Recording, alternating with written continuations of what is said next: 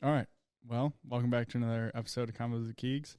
This is Tommy. You have been on the podcast. Well, you were on the first podcast that I ever did. First guest. Mm-hmm. That was the KW show. And were you the first guest on CONVOS with KEEGS? I think so. Damn. Yeah, we talked a lot about real estate, Yeah. which was a bunch of fun. Yeah. And this will be in the 80s. Damn. Yeah. Yeah. God damn. I don't It's know. fun to be back. Right? I don't know exactly which one because I'm loading up episodes right now, but somewhere in the 80s. And maybe I'll get you on for episode 100. That'd be sick. Oh, fucking yeah. Dude, what is going on over there? Are they fucking sawing? So ready to... Now that I'm like officially going to be out of here, I just want to get out. Yeah. No, I get I'm that. ready. I get that. Yeah, I think next spot I want to get, I don't know when it'll be, where it'll be, but I want it to be a solo place with like no other neighbors or anything. Not that I have a problem with any of the neighbors, but for podcasts and shit, like just having noise around is your own location. Yeah. Do you think you'll stay in the like suburbs type thing, or you want to try and I don't know. Get into the city vibe? I don't know. I really don't. The city vibe would be cool, but I think it would be more practical for me to stay somewhere closer to home. I get that. We'll see. Well, it'd be kind of cool with the new prints and stuff like that. If you can kind of get your name out there and get into the like the restaurant community, for example, all those places have that vibe. Yeah. Have that vibe, like you showed me the Left Coast Taco thing. Yeah. So. Yeah. Yeah. I want to do one for 40 Thieves as well. I think that'd be a good place. That would be really fucking cool. Barbell would be another one. I don't want to do like, fancy restaurants, but well-known restaurants in Buffalo. Yeah, I think well-known restaurants that got a little bit of that vibe. Yeah. That fun vibe. Yep. Let's talk a little bit about what the hell is happening in the real estate market. Because, I mean, we chatted about it when you were here off camera.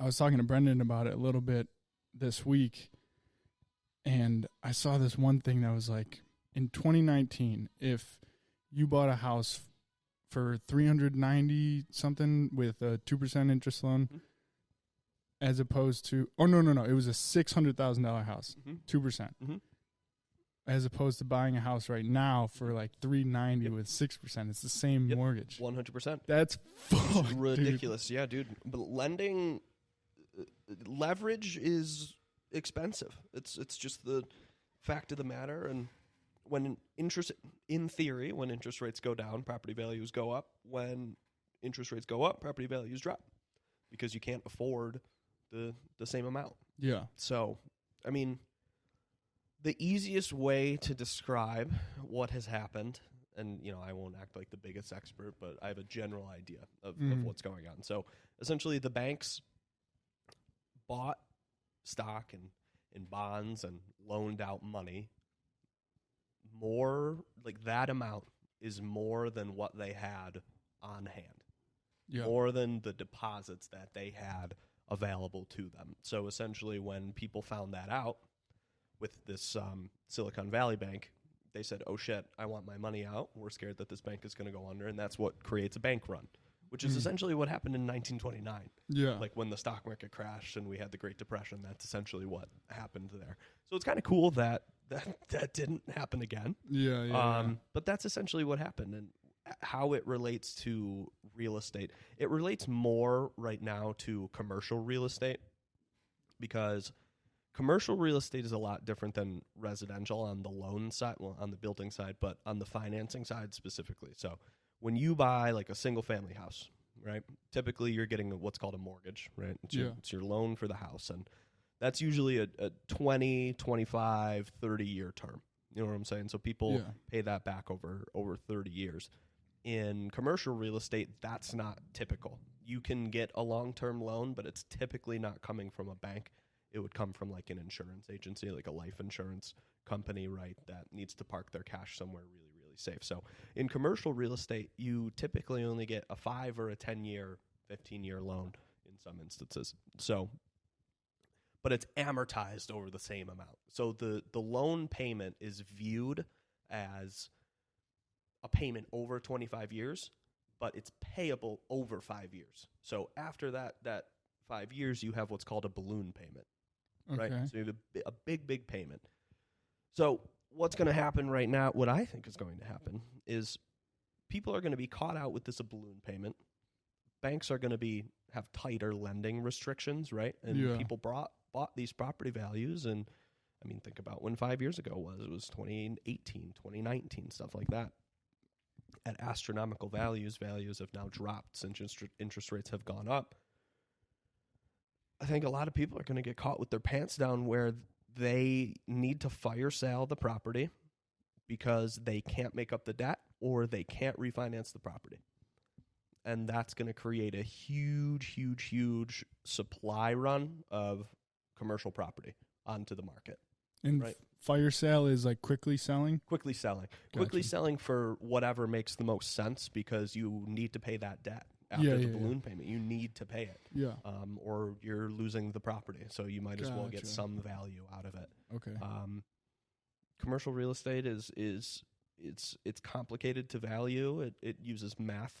It doesn't use emotion, and it doesn't use the market as much as residential does. Yeah. So it's got to make mathematical sense. So if a bank is going to lend now at 7% instead of 3%, your numbers are very, very, very different. And a lot of properties don't make sense anymore. People are going to get caught. People are going to get caught out. And then you look on the residential side, this didn't happen nearly as much in Buffalo, but you look at like your big cities that had a ton of growth. San Francisco, Austin, Denver, some places in Florida that are really like tech job heavy. I'm sure you know this, that the tech industry is getting swept with layoffs right now. So, you probably saw on social media, like on TikTok and stuff, a lot of people were, bragging of their tech salaries being super, super, super inflated. They bought their properties at, like you said, $600,000 at 2%. Yeah. Now, that 2% is a really cool asset if you can afford that payment for that single family home. Great job. You locked that in for 30 years. Fantastic job. But if you really, really relied on your job's income to pay that off, and you're laid off in tech and there's a recession coming, and you don't envision yourself getting a job, you're kind of fucked because, again, people are paying $390 for that same house now. So that's fucking crazy. It's wild. It's really scary. So, wait. So you're saying they're paying $390 for the same house that was $600? Yeah. So you look at like the value of the house. So this person paid $600,000 for this house at 2%, right? Yeah. So people just frankly aren't. There's no transactions happening on properties that were like that. You know what I'm saying? But those bids are coming in much, much lower because they want to pay the same monthly payment. You know what I'm saying, for that house. So now that property value has dropped because the interest rate has gone up so much. So the affordability of buying the house has gone down. So that drives the property value down. Gotcha. So if you pay $600,000 for your house and you need to sell, it's not a 2% environment anymore. So you're not getting what you paid for the house anymore because the person buying it is paying 7%. So because interest rates are higher, people can't afford to buy the same house as they would have been able to in 2019. Correct. Your dollars don't go nearly as far. Gotcha. Okay. So it's stressful for a lot of people. We're not really seeing that in Buffalo. Our market locally on the residential side is as hot as it has been for the last 3-4 years. Yeah. Like you go and look at like small multifamily properties, like doubles and stuff like that. There's 30-40 people at showings still. Yeah. And the single family market has cooled off a little bit because institutional buyers, big buyers aren't able to make single family properties work as well anymore. So that's cool. That's good. But on the commercial side, it's definitely starting to cool off. We were going to be under contract for a medical office space, and we readjusted our offer because of what happened with banks and what we envisioned is going to happen. And they didn't meet our price, and it's still on the market. So our offer's standing. Yeah. They're not going to get what they're asking. I mean, that's kind of how this building went. This building's been on the market for fucking 2 years. Mm-hmm. It was just bought. Mm-hmm. And I remember talking to my screen printer, Al. He was like kind of running me through the very, very basic numbers of square footage in here, renovations that might need to be done for the asking price. And it did not add up. It was just too expensive for like all the shit that needed to be done. And he was like, I would love to buy it, but it just doesn't make sense. Well, that's what it's like. A lot of stuff we're looking at right now, we can't make the numbers make sense at what people are asking, because we envision interest rates are going up or staying the same. They might drop, but if they drop, that puts the world into a larger amount of hurt. You know what I'm saying? Because essentially what the Fed has to deal with right now is they're caught in between a rock and a hard place. They need to drop rates because they need to re-stimulate the economy, and they need to keep the banks safe. Yeah. Because essentially they gave the banks like an IOU, essentially. So the banks have an IOU to the Fed, because they had a lot of long-term bonds that have dropped in value like crazy. So they have a ton of unrealized losses that would put them under.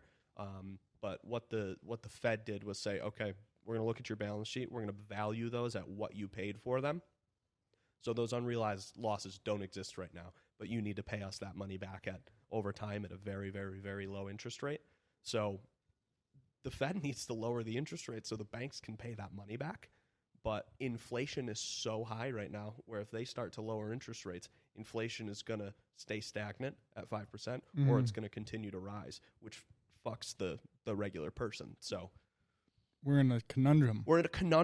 And I'm not smart enough to know what the fuck they're going to do or what's going to happen. So it's going to be really, really interesting to see it play out. But I'm sure you've seen a lot of people say this, and my boss always says it, and I agree. There's going to be a generational opportunity to buy real estate, quote unquote, generationally. Something kind of like in 2008 where property values just get slashed because there's going to be so much supply on the market.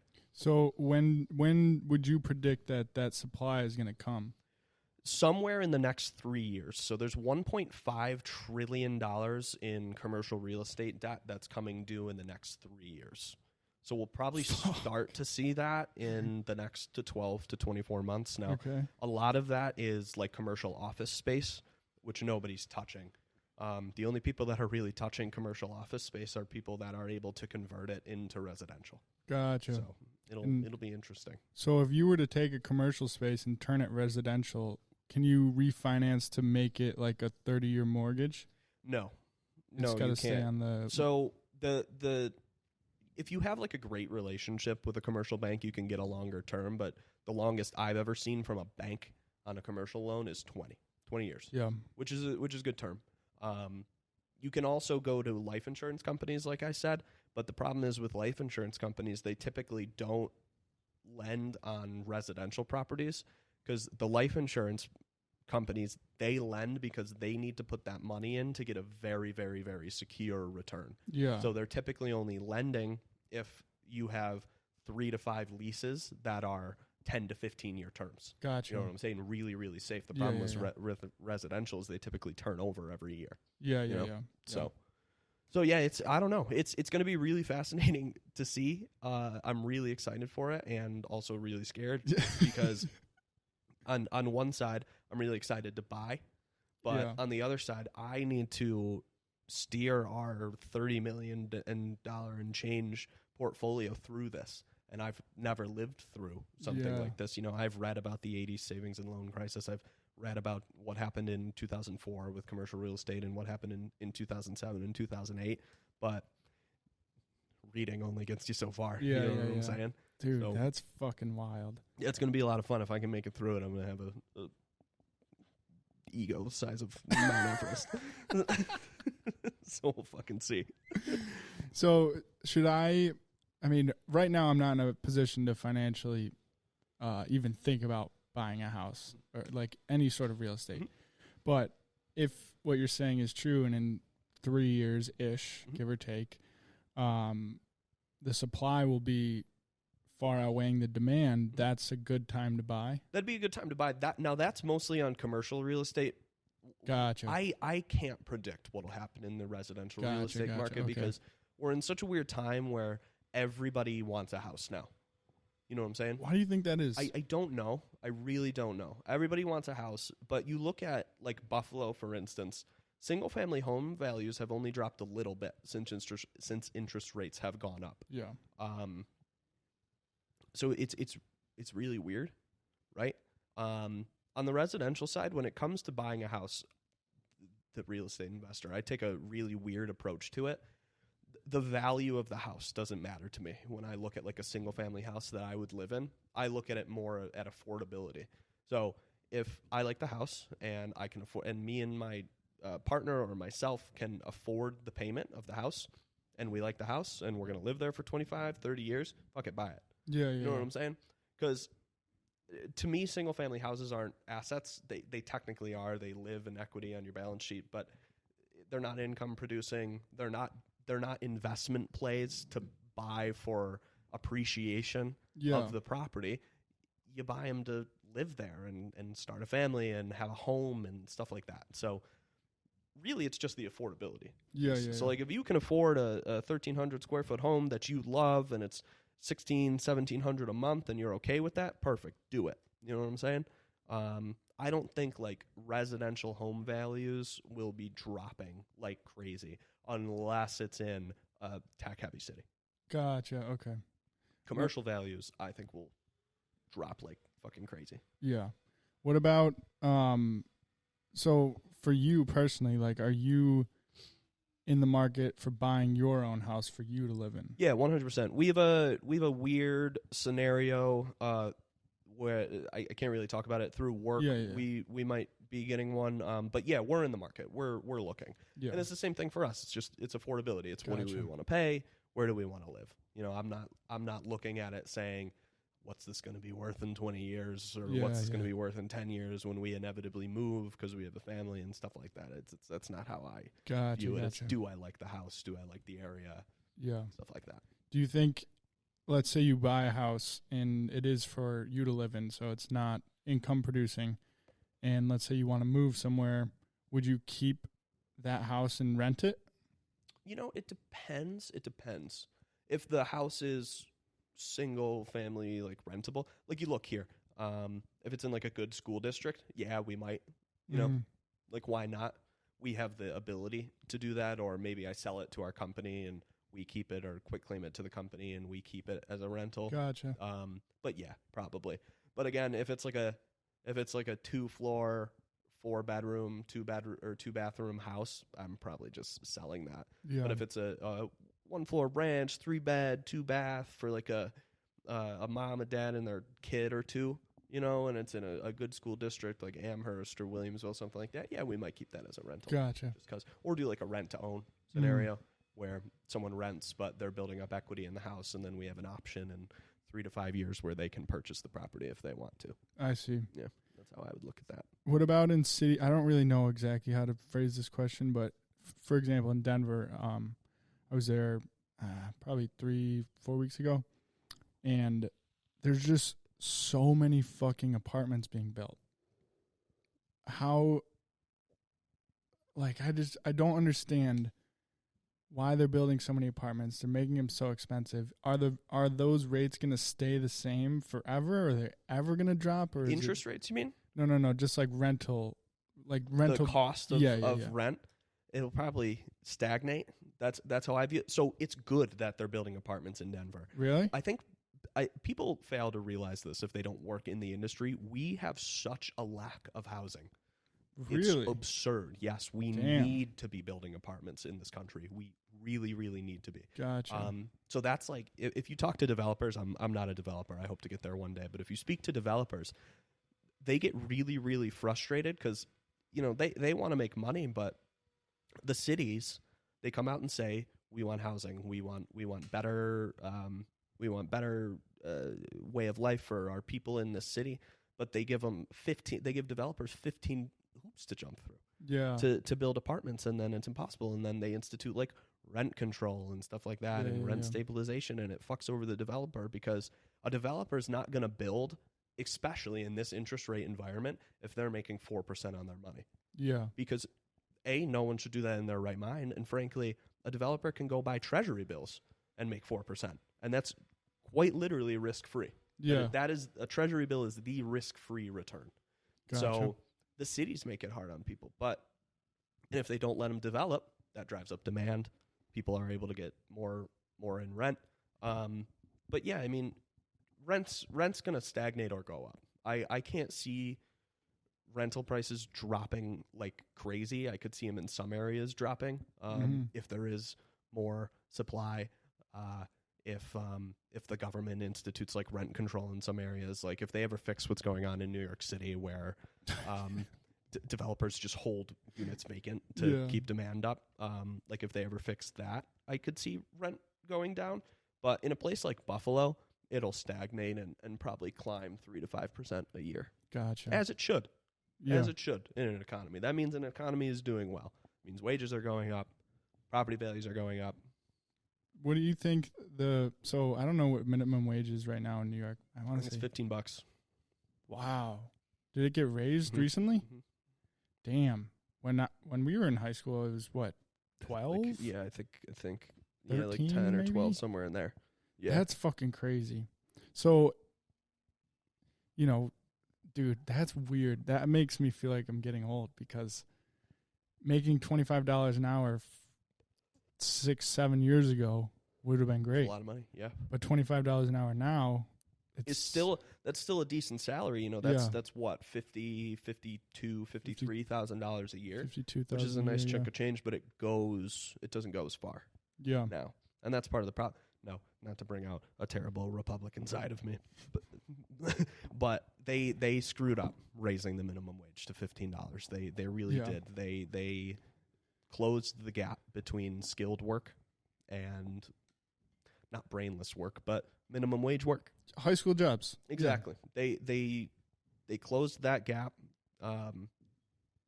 People who weren't responsible for their own costs of living had too much disposable income. Costs had to go up, and look where it brought us now. Yeah. So, do you think part of where we're at now is because of all the money printing and the what the fuck is it called, unemployment? I do, but they needed to do it too. Really? So like the printing of the money during COVID, they needed to do that. I don't know if they should have done as much, and maybe they shouldn't have forgave as many loans as they did, but they needed to do that. I personally think they really fucked up in like 2015 and 2016. The economy was fantastic. We were on a fantastic run in the stock market. Wages were rising. The economy was doing fantastic, and they kept interest rates low. They didn't raise them. That was a mistake. Trump put a lot of pressure on the Fed to not raise them because he wanted to win another election. Not a Trump fan, but yeah, even Trump fans will admit that. My boss is a very, very, very Republican, and he admits that as well, that they should have raised rates in 2016, and they kept them down because what could have happened then when the pandemic happened, and obviously nobody could have seen the pandemic coming, but what could have happened then is if they were to kind of start to raise rates like 25 basis points every quarter, property values would have started to shrink a little bit, spending would have started to shrink a little bit, and then what could have happened in 2020 is we could have lowered rates to 4% instead of 2%, and then that wouldn't have fucked the real estate market as hard as it did. Yeah. But they fucked up, and now they're in a conundrum again, and again it's the bank's fault. It's always the bank's fault. It's the fucking bank's fault. So I don't know what they need to do to get the banks to stop being so risky. Yeah. But they got to do something. What about, so this unemployment thing when COVID happened, always, like, I don't understand why so many people were getting unemployment. A lot of people for no reason. I know a lot of personally that were getting unemployment. They weren't working before, but they had a job a little bit previous to when COVID happened. And then once COVID happened, they just claimed unemployment, I don't know how the entire unemployment program went down because I didn't experience it. Yeah, neither did I. I didn't get anything. But from what I understand, it seemed really, it was really lackadaisical to be able to get into the program, and they were paying out more than they should have done. Like people were making more on unemployment than they were when they were actually employed. So that's a huge fuck up, and I don't know exactly what they did to make that happen. They probably let it go on too long too. But yeah, that contributed right there, because what that was supposed to do was supposed to bridge people to getting another job. It was supposed to help people pay their rent and pay their mortgage to keep a recession from happening. Yeah. And just people took advantage of it, and they kept spending, and then supply chains got bottlenecked and prices went up, but people were still paying, and not good. It's fucked. Not great. Not great. So we're in an interesting place, but I'm not doom and gloom that our society is going to fail. Like we'll figure it out, and we'll get out of it, and in 10 years everything will be fine, and we'll look back on it like in 2008. How the fuck did that happen? You know? And then it'll happen again, and it'll be the same cyclical bullshit of the bank's fucked up again, and we just got to live with it. Yeah. I'm going to change the camera before I forget. Yeah, do your thing.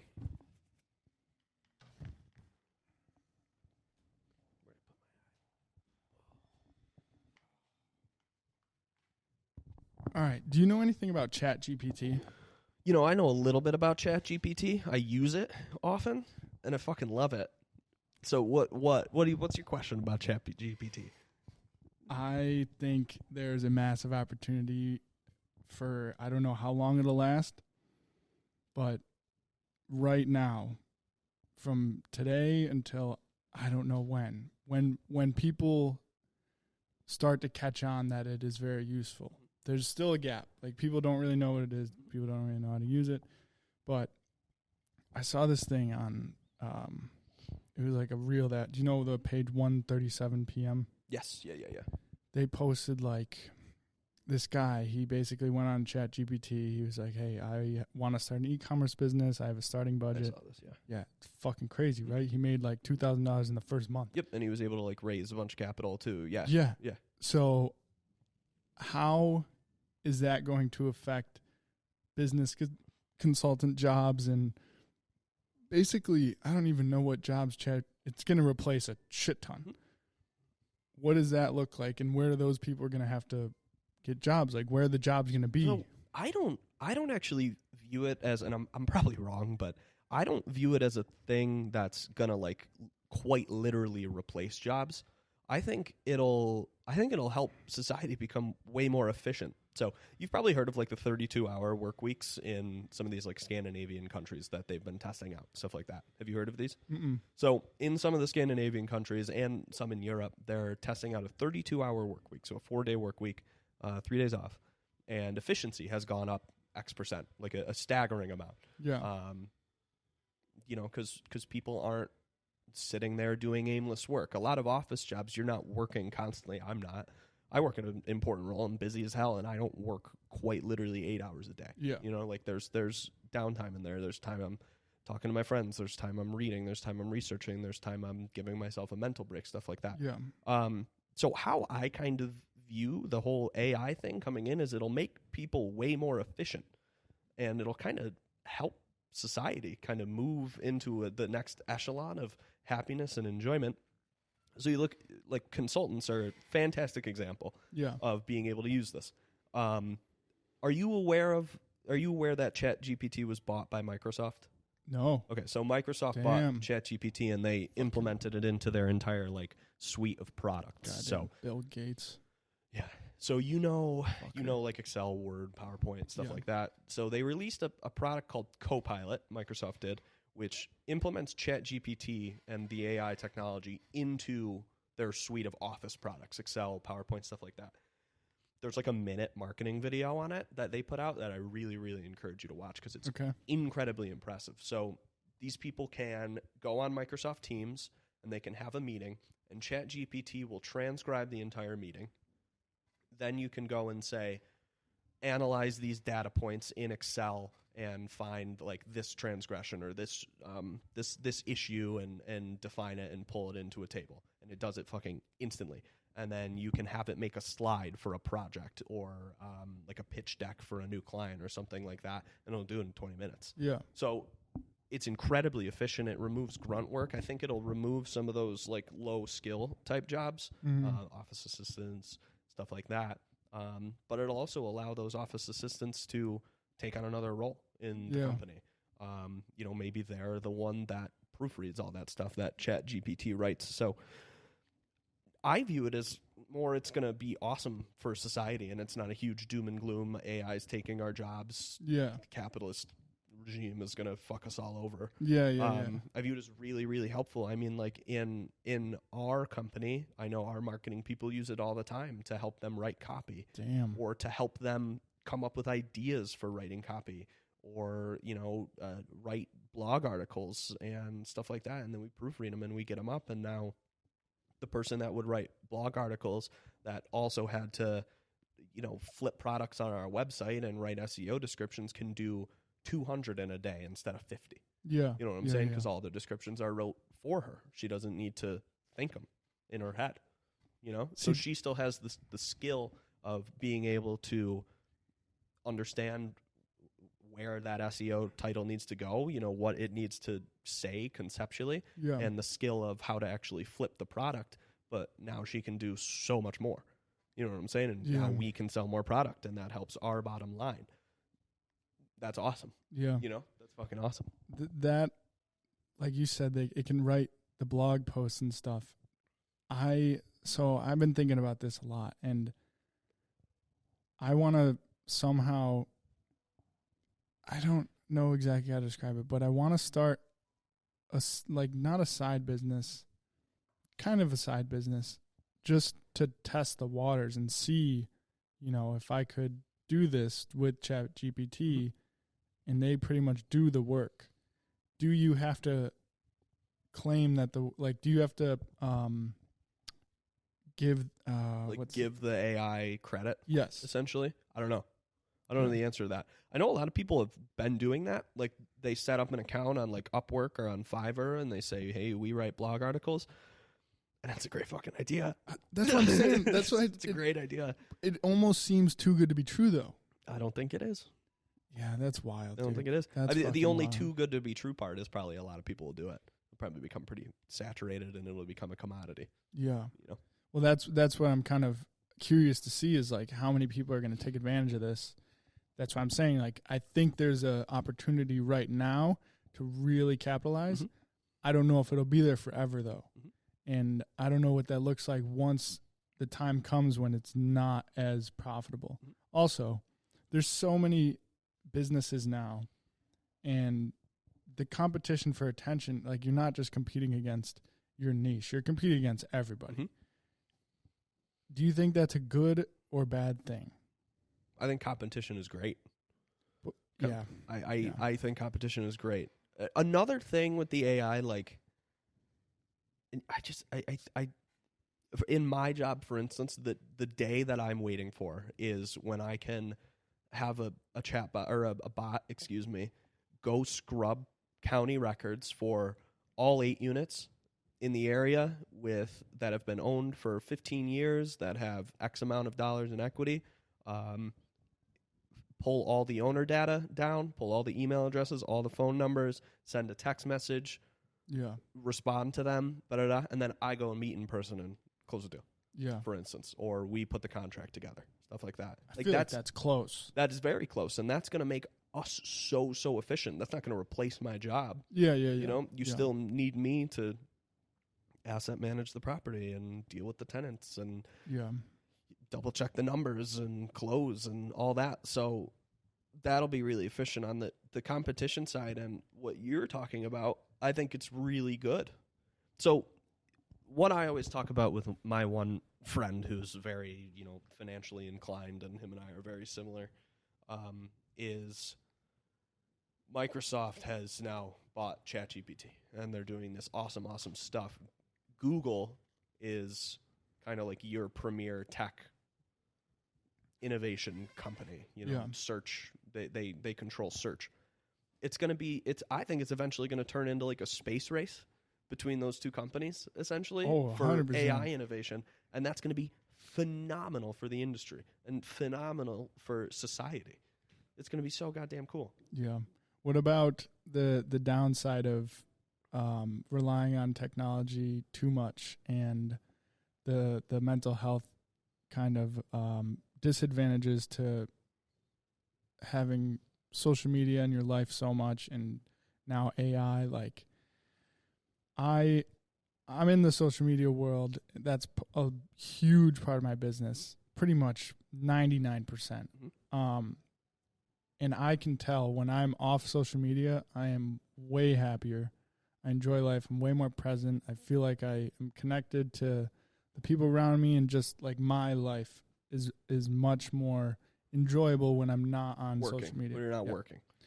But so that kind of leads into my point almost. So if you can use your AI efficiently, and it doesn't replace somebody, but if you can use your AI, you can say, okay, I want you to post these 5 posts today and stuff like that, and it does the work for you, and you're now working 2 hours a day instead of 6 hours a day, and you have more time to go pursue passion projects and hobbies. Do you think that doesn't make you a happier person? And does that not in turn help with the mental health, because you're not as focused on work? It's not as stressful. There's a guilt part of it for me, and it's like I'm big on mental health, and I think it's a big problem that needs to be addressed, and it's just not being addressed. And I really do believe that the massive problem with it is social media, and it's kind of one of those. It's like alcohol. Like, everyone knows alcohol's bad, Mm-hmm. but no one's doing anything to I stop love it. alcohol. Yeah, I like alcohol too, but like, social media is. I don't think people understand how negative it can affect your life. Mm-hmm.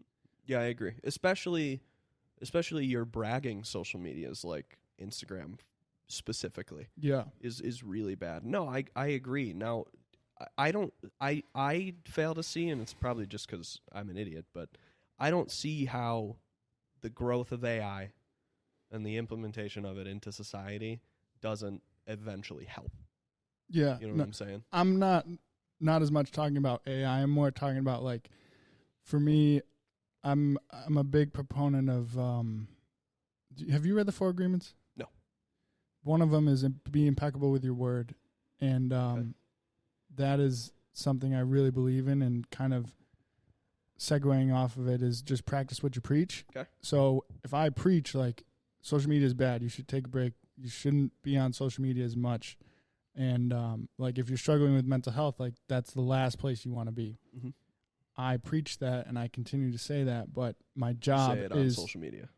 Yeah, like, well, I don't know. It is that bad. What's the bad side of social media? It's the trying to compare yourself to someone that's probably bullshitting what they're actually experiencing in life. You know what I'm saying? So you take your example. I don't think that is bad, because you're reaching a following that you wouldn't have been able to. You're reaching people you wouldn't have been able to if social media didn't exist, and you're able to help them. And if you're able to kind of pass the message along, hey, some of these people are fucking ridiculous. These people that are in the Maldives with these gorgeous women, and it's not real. That's not what life is. I think if you're able to preach that, I think that's good. Yeah. I think that's good. And if people are consuming that kind of content, I think that's good. Like, you look at me on Twitter, for example. I use Twitter for news and sports, but I use Twitter like you're supposed to use LinkedIn. Yeah. You know what I'm saying? Like, in the real estate community specifically, there's like a sub-Twitter, real estate Twitter, that a bunch of people are on, and it's so progressive and constructive. And I have learned things from people that I never would have learned, or met people that I never, ever would have met if I didn't have an account.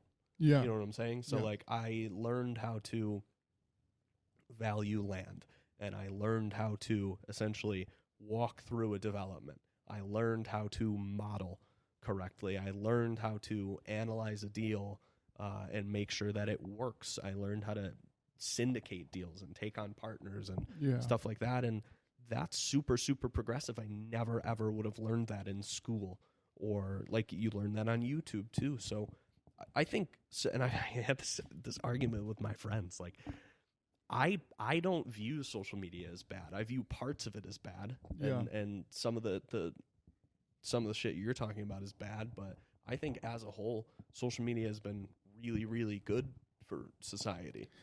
And I agree, because exactly like you said, I wouldn't have learned the things I've learned without it, and I wouldn't have met a lot of my friends without it. However, I do know that I debate if it's net positive or net negative. I think it's net positive, but the problem that I have with it, and I deal with it all the time, is like when I go off of social media for a week, like when that shit was going down, when those little fucking rugrats took $2,400 from me, I went off social media. I just did not go on it for a week. And I drastically noticed a shift in my mood and the way I was living life. And it was just because when stresses would like come into my life or whatever, there was no escape. Okay. And you were forced to like work through it and kind of deal with it. And I know a lot of people, and even myself now, because I'm back on social media. I'm trying to navigate the businesses that I'm working on. But I notice, like, I'm like, okay, I'll go on social media for 10 minutes, whatever.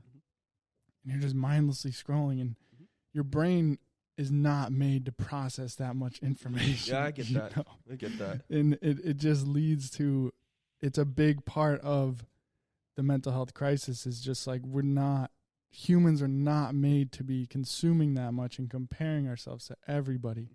And that is very, very negative in the long run. And we don't see it now because it's just, social media isn't new, but it's still pretty new. Yeah, no, it is new. So we don't know the Facebook psychological. was made in what, 2012 or whatever? I fucking Before hate that? Facebook. So do I, but and this is probably an awful business move, but morally I can't do it.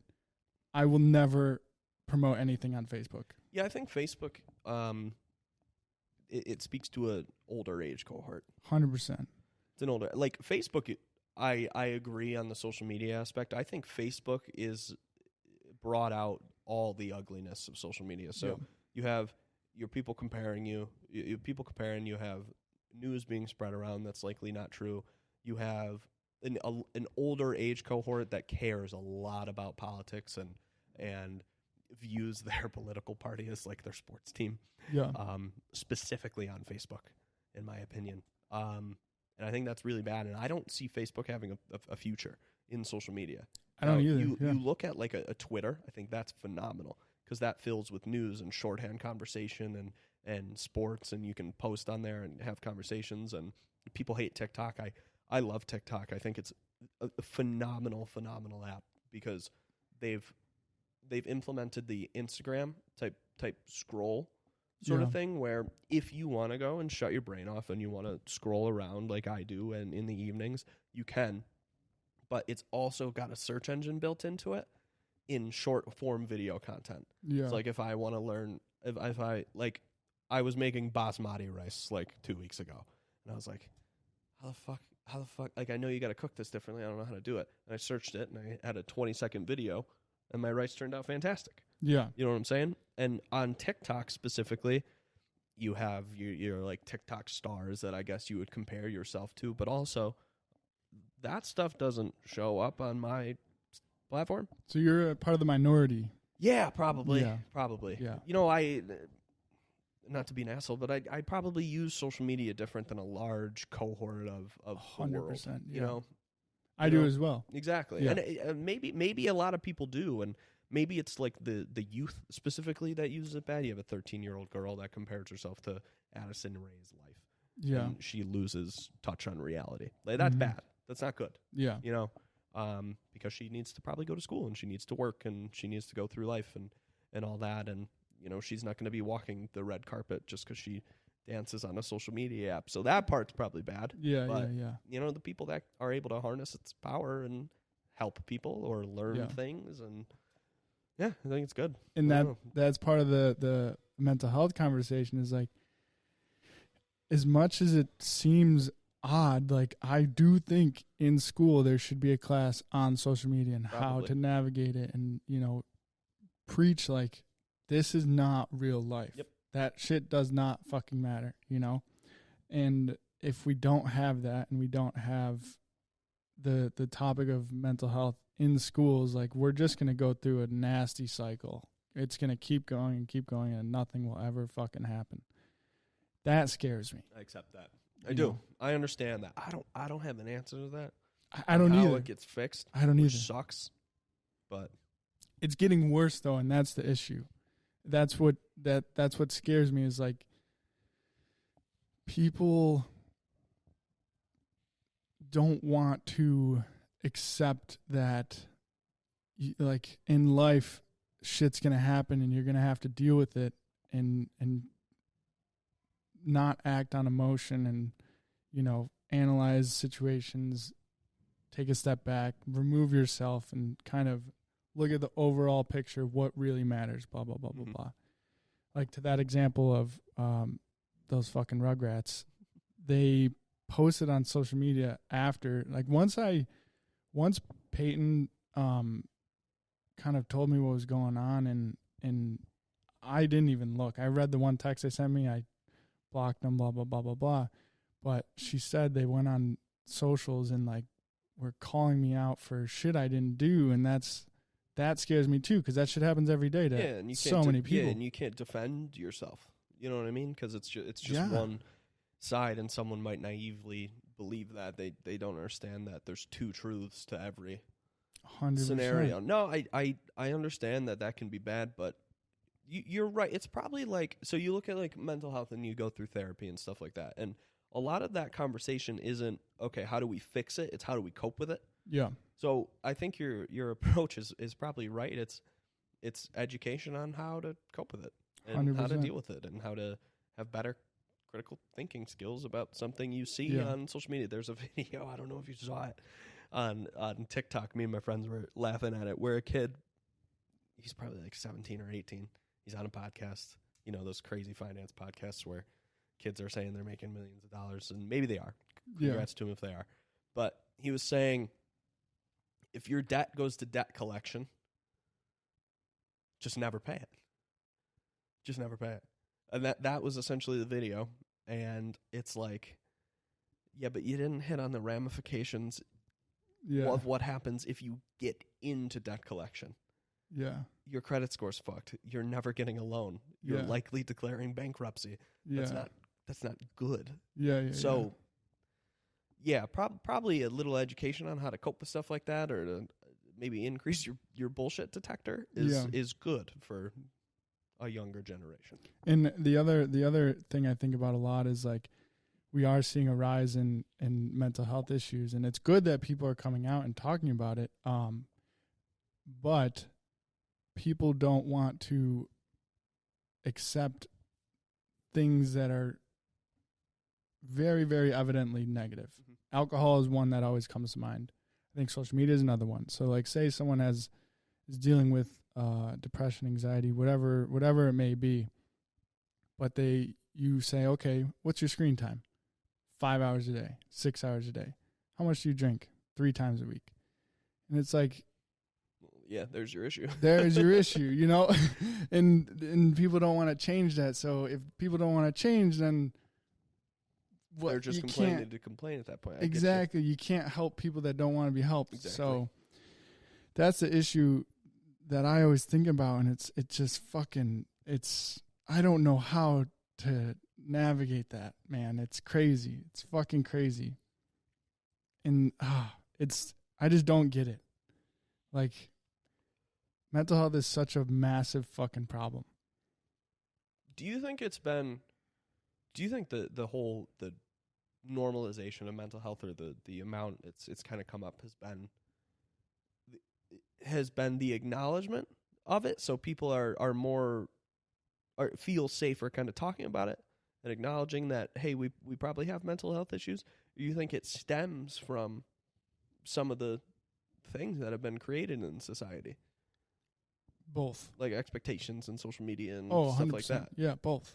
Because you look at like I don't want to pretend that in 1912 people weren't dealing with probably the same mental issues we had now. I think it just wasn't talked about as much. I mean, I agree. I don't know. I don't know. I think about all the wars and shit. Like, those people were going through fucking hell. Mm-hmm. They just didn't know that they were going through hell. You know, they just thought that was normal life. But now we have an understanding that, like, okay, mental health is real. Mm-hmm. There are ways to deal with it. Mm-hmm. There are things you can avoid to not bring you back into it. And if you're dealing with something, but you're not taking the steps, if you can acknowledge that you have an issue, that something's wrong, yeah, but you're not taking the steps to do it, like, you have to really understand fully that no one is coming to save you. Mm-hmm. You have to do it yourself. Well, it comes back to society, too. If a single mother of four, realizes, oh, shit, I'm probably depressed, maybe it's part of the environment, but she probably can't afford to go speak to a therapist. You know what I'm saying? Yeah. And that's a problem in itself right there. Totally. So, yeah. I don't know. It's such a huge topic, and there's no right answer. It all boils down until we become just this utopia. Yeah. Well, I think it boils. Do you know what soft white underbelly is? No. It's this YouTube channel. It's I forget the guy's. I think it's Mark something, but he goes on Skid Row in San Francisco. He goes all around the country, but mostly Skid Row, or in LA. Sorry. And he interviews homeless people and drug addicts, gang members, like, just the dark world that people don't want to acknowledge. Yeah. And he's done thousands of these interviews, and, you know, obviously it's a massive, his goals and my goals are kind of the same, and, like, we want to figure out what the hell is going on and how do we fix it. And if you listen to interviews, it all comes down to what happened in your childhood. How were you raised? Who were you around? What were your influences? So knowing that. They talk about that concept in a book called Freakonomics, too. Really? It's really cool. Yeah, it's fucking crazy. And, like, knowing that, the only kind of answer that I would have is education, because you can't expect, like, kids are going to grow up, as much as the responsibility should be on the parents, there's going to be shitty parents, you know? So if they're not getting it from their home, they have to get it from school. And school's not doing it. School's not doing it, because school thinks that, oh, that's the parents' job. They're getting it at home. Yeah. So, like, we're just going to keep going in this fucking cycle and nothing will ever change. It's fucked. It's fucked. It's morbid. It really is. It's crazy. Like, I look at these kids in schools and I'm like, damn, okay. There's, let's say, I don't know, 150 kids in one class at East Aurora. How many of those kids do you think are growing up in households that aren't teaching them those lessons? I would hope it's a small number, but it's probably a large number. Probably a large number. That aren't, like, normalizing asking for help or putting stress on education or. And that's in one of the best public schools in the country. No, it's a great point. And great point. Yeah, so, like, I don't fucking know, man. It stresses me out. Yeah, no, I get that. It stresses me out. I get that. I don't get it, and something has to change. And I think people aren't, you know, everyone acknowledges mental health. It kind of goes back to, like, practice what you preach. If you acknowledge mental health, then you got to take care of your own. Like, stand your ground. If you want to, you know, be a, I don't know, active. I fucking hate the word activist, but if you want to be a proponent of mental health education and everything, and you're saying this, and that on social media or whatever, you have to understand that if you're not living up to your words, you can't expect anyone else to, you know. Well, maybe there is like light at the end of the tunnel. So look at how a society has progressed from, you know, 1940 to now, for instance. mental health has become more of a normal conversation. You know, maybe in another 40, 50 years there is reform, and you know, you get some of the old people, they die. Yeah. They die off, and then, you know, your millennials come into power who care a lot about that concept. Yeah. And then that starts to change, and then you get Gen Z into those pieces of power. So it's probably after we die, sadly. But that starts to become better, and then society progresses, and it just becomes better. Yeah. But it probably doesn't change in this lifetime. Yeah, I think people also realize, we do forget that. Let's see, the Cold War, World War II, what else was there? Vietnam, all that shit happened within 100 years. Mm-hmm. So there's still those fuckers alive. Yeah, exactly. And that's crazy. I don't think people think about that enough. Like, exactly. The old people now, let's say, what would 70 years old be? When would they be born? 40s? Yeah, 40s. 40s. So they lived through... Yeah, my dad was 59, and he's, 62, 63, 64, somewhere in there. So they what did they live through? The Cold War, right? Yeah, someone born in the 40s was very young through World War II. Lived through the Cold War, lived through Vietnam. 9/11. 9/11, yeah, Iraq, Afghanistan, yeah. Ukraine. Yeah. Yeah, and that's crazy. And especially our generation, we don't think about that. You know, we have lived through, I mean, we were very young for 9/11. Iraq, Afghanistan, I'm not too knowledgeable on those, but I actually just did watch this thing yesterday on veterans from Iraq. They had footage of each individual veteran in Iraq, in Baghdad, like in combat, whatever. And they did the interview this year with all those veterans, and every single one is like, what the fuck were we doing there? Yeah. You know? And now all those veterans, however many were from Iraq, have to deal with that guilt and that for the rest of their life, yeah. For the rest of their life. Yeah, it's I don't know, man. I think about this too much. Yeah. No, I do. I think you can take some confidence in society will progress toward it, because if you look back at the last 100 years, we've progressed. Yeah. That conversation's real now.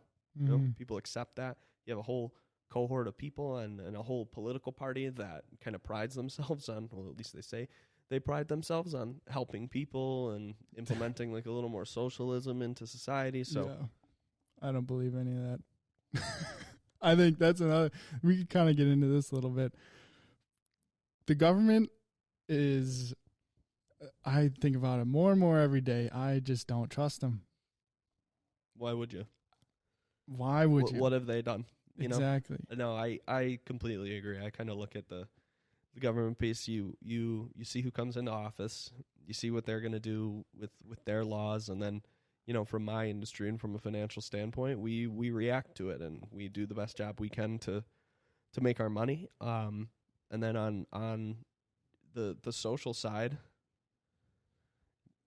you try and believe them, and you try and think that maybe they're going to try and progress it, but again, it comes back to my thing. I really don't think from a government side anything's going to change until you start to get a different generation of people that don't care as much about the power and actually care more about the betterment of society. Yeah. You know what I'm saying? And I truly believe that when millennials are probably 50, 60, so another, 6 to 15 years, once they start to take those positions in office, I really think we'll see a lot of growth in this society. I really hope, do. Man. I really do.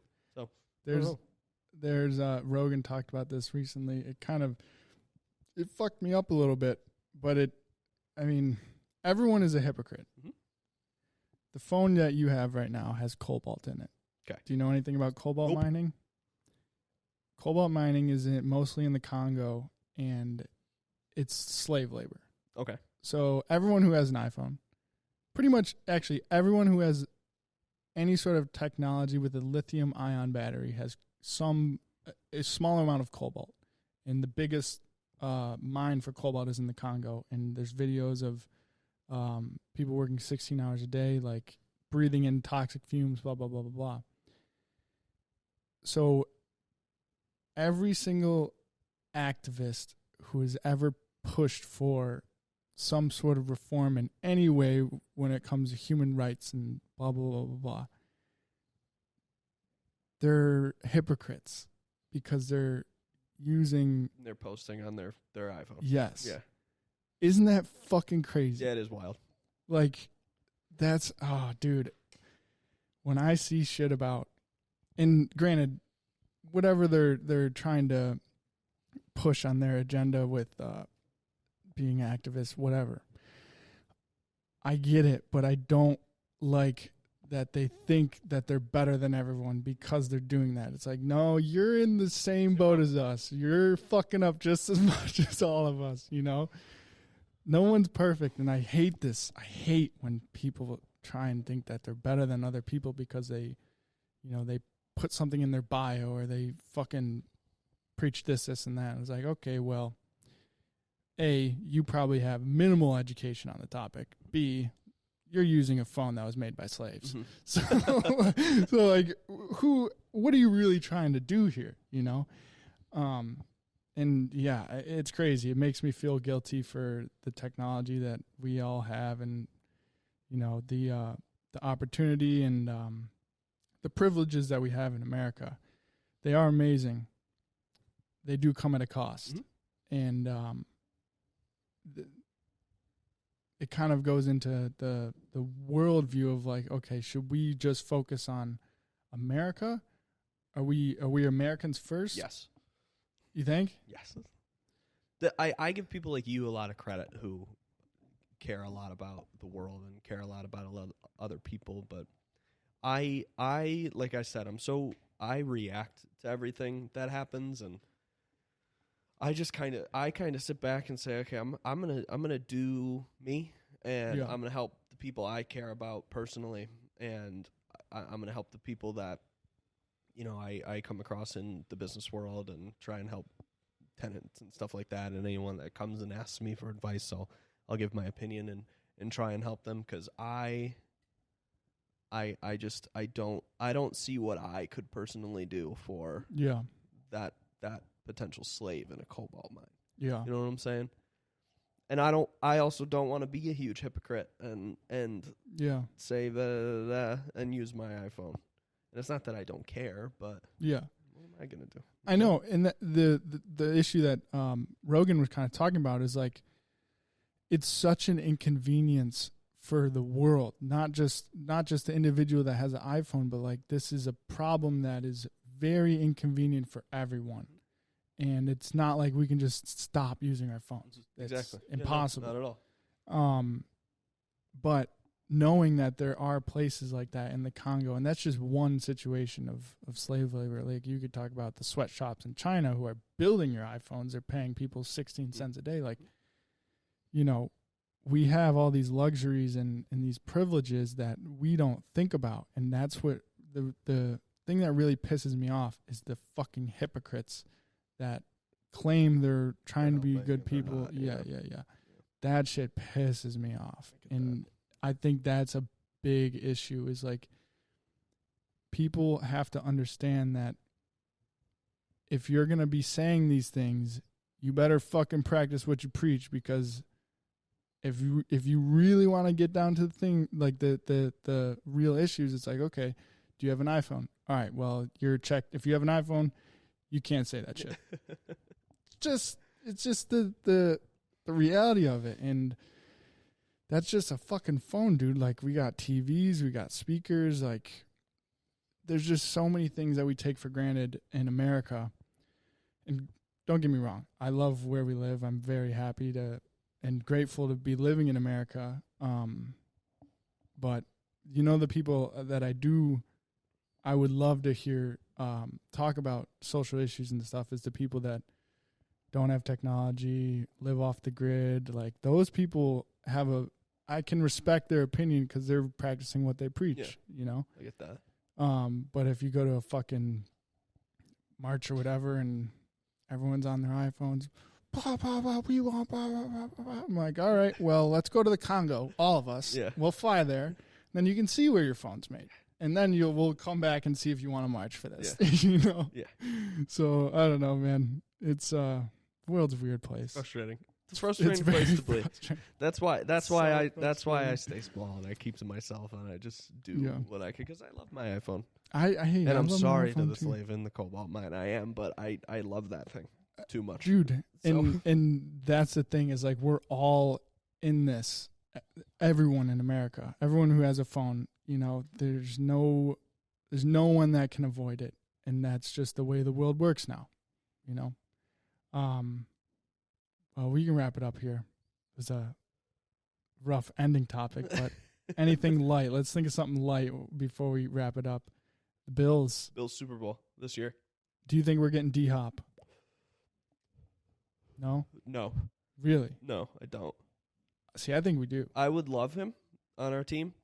So I don't know much about like the cap and all that jazz, but from what I was understanding, the reason a deal for D-Hop hasn't gotten finished yet is because in order for Arizona to trade him, the way everyone is trying to structure the trade, the dead cap hit to the Cardinals would end up being more if they trade him to a team than if they were to keep him or have him not play. So they need like a really, really sweet deal. That's interesting. Yeah. That's I don't know why it's structured that way. Yeah. But they would need like a really, really sweet deal to make it happen. And honestly, I think our receiving core right now is kind of like good enough. I agree. And if we were to draft somebody good, you know who Zay Flowers is? Is he from Boston? The kid from Boston College. Yeah. I'm obsessed with that kid. Yeah. So if we can get him in like the second round, so address O-line in the first round. Yep. Do whatever it takes to get a fucking right tackle. Yeah. And then in the second round, trade some assets and try and trade up to like early in the second round and take Zay Flowers, because then we shouldn't re-sign Gabe. If he has another year like he had last year, that dude sucks so bad. So bad. He can't run out breaking routes. He can't catch the fucking ball. He's not fast. He doesn't do anything well, in my opinion. And we'd have to pay him. That market is set at $11 million a year now. So we would have to pay him $11 million. No. No. Yeah. And then, so it'd be Diggs for another couple of years. Shakir, who I think is really, really good. I like him. I rate him so highly. Yeah. And then I think Sherfield is really good. So if he performs well, we can lock him up. I think that Hardy dude is good enough to like be a little gadget guy. And then if we're able to like draft Zay Flowers, who I think has the ceiling to be like an heir apparent to Stephon Diggs, I think we're in great shape. Yeah. And then take another receiver next year. I agree. Because honestly, fuck the defense. Just don't do anything defense. Well, middle linebacker maybe. It doesn't matter. Maybe a safety defense too. Doesn't fucking matter at all. Look at the Eagles. They had the best defense in the league. Yeah. They had the best defense in the league. They got to the 49ers 3 different quarterbacks in the NFC Championship game a bunch of times. Yeah. They had great DBs. They're all flying around the field, and they still lost to the Chiefs in the Super Bowl, who had a middle-of-the-pack defense, but had Pat Mahomes. Yeah, that's true. But had Pat Mahomes. And we have Josh Allen. Yeah. Yeah, that's a good point. But they had a good offense, that's a good and point. they won the game. Yeah. So that's the way I look at it, is honestly, fuck the defense. We have 2 great young corners. That's great. It's great. Milano is locked up for another few years. Get a decent interior D-line to get some pass rush and to plug up holes to help your linebacker. I kind of value linebacker like I value running back a little more, but if you have good interior D linemen and good edge guys, good enough edge guys to plug holes, NFL linebackers are making tackles. Yeah. You know what I'm saying? It's like a running back. If you have a good line in front of them, they're going to be a good running back, regardless of who it is. Yeah. So yeah. If fucking Bean takes Brandon Bean, if you take a linebacker in the first round, I will fucking be so mad. I'm not gonna not root for the team or anything, but I would be so pissed off. Yeah. So pissed off. I don't know, man. it's hard to say now, but I'm not as interested in the Bills right now. But once the season comes, I'm sure I'll be invested for sure. All right, well, let's wrap it up. Thank you for coming on, man. Appreciate it. Man. Episode 80-something. Thanks for letting me get my opinions out. Of course, dude. Whenever you want, man. Whatever you want. I love having conversations with you, dude, especially on these long form. Dude, all right, last topic. I think everybody should have a podcast. Really? I think too many people have podcasts. No. I think it is really, really good. I think it is a very, very oversaturated market. But, I mean, I don't do this as much as I want to do this for business. Like, I will do this forever. Yeah. Just because it's fun, and it is a time when you can sit down with someone off your phone, away from everything, just lock in for an hour-long conversation. Yeah, that's true. I accept that. That's cool. Yeah. That's cool. And if everyone can do that, like, you're gonna be able to move through thoughts more efficiently in a cordial conversation. That's true. In a world full of politicians and everyone has a fucking opinion. Well, that's one of my favorite things. I'm sorry, we're continuing for a sec. Yeah, it's all good. So we do a Tuesday dinner at work every week. Mm-hmm. This week we did Wednesday as well. And that is like some of my favorite conversations because it's not a podcast, but everyone's off their phone.